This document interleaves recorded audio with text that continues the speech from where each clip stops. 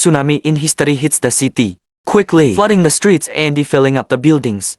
People run away and panic, trying to find a safe spot where to hide, but the water is faster than them. Only those who manage to get to a floor high enough survive, and Hong Kong loses most of its population in just a couple of hours. 5 years later, Asha still has nightmares of the horror she felt that day. However, every morning she bottles up her fear and pushes through to keep on surviving. She's living in a high building that is in ruins, and she takes advantage of the trash to keep her things hidden from potential enemies. She's been salvaging anything useful for the water for years, and has created hiding spots all over the apartment, like making a hole under the couch cushions. Every morning she goes to the roof, and gets some clean water from her secret stash, which is also carefully hidden. After drinking some tea, she listens to the radio, but she ignores the recorded message informing about a government shelter with supplies, and chooses music instead. She's careful to use headphones to avoid making extra noise. Next, she uses a towel to gather the morning dew, which she adds to her stash of water bottles. She also measures all the bottles to keep track of how much clean water she has left. And she can't help worrying because it hasn't rained in a while. Once her chores are done, she eats instant noodles, while remembering the beautiful restaurants with delicious food she used to visit with her friends. Afterward, Asha uses binoculars to watch over the area. Only the top of the buildings can be seen sticking out of the water, and occasionally those buildings would start crumbling down.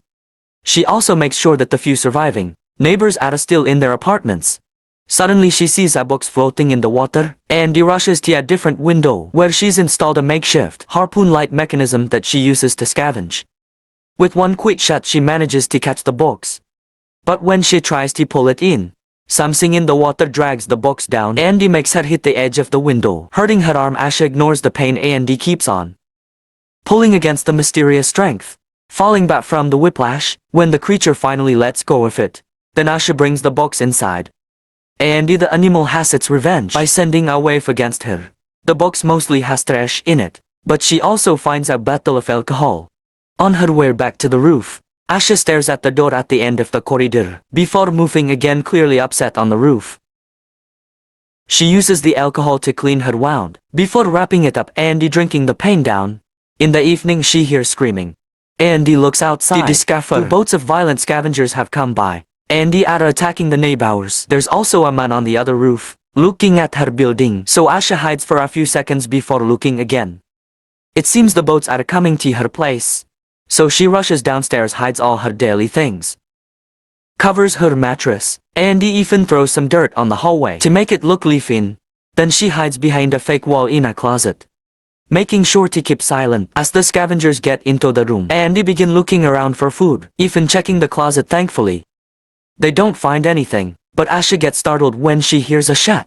A boy just shot his gun because he thought something moving, but it was a mistake after the group is gone. Asha cries in relief and tries to calm herself down with a nice memory. Before the tragedy happened, Asha had gained a half-sister, and she took her out for a meal to start bonding. The next day she finds another box, and among all the junk inside, she's excited to find a jar of honey. However, her happy moment is ruined when she sees a body floating in the water. Sometime later, while Asha is busy, someone sneaks inside and starts taking things from Asha's secret spots. Asha thinks she hears something but can't see anything, so she ignores it for now.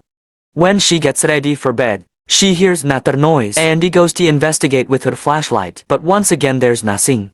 Next, she washes her face and leaves the soap out on purpose to finally catch the intruder, who turns out to be a little girl. Asha grabs the shoulder to confront her, but the child kicks her and runs away.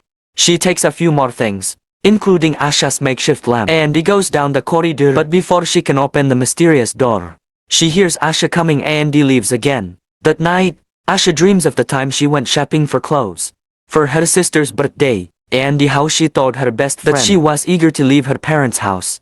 When she wakes up, she notices part of her food stash is missing, so Asha begins following the empty wrappers on the floor, and finds the ghetto sleeping with the lantern.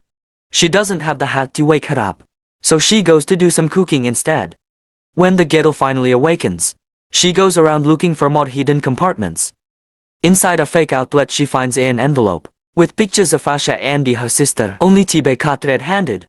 The child runs away and Asha hurries to put the pictures back in their place, not noticing she accidentally dropped one. Afterward she makes a second portion of noodles. Andy brings it to the child while remembering the night of her sister's birthday dinner their parents gifted her the family's necklace, which made Asha angry because as the first child, she was supposed to get it. An argument ensued and Asha ended up leaving, but to the present, it's shown that Asha is wearing that necklace now. The Gettle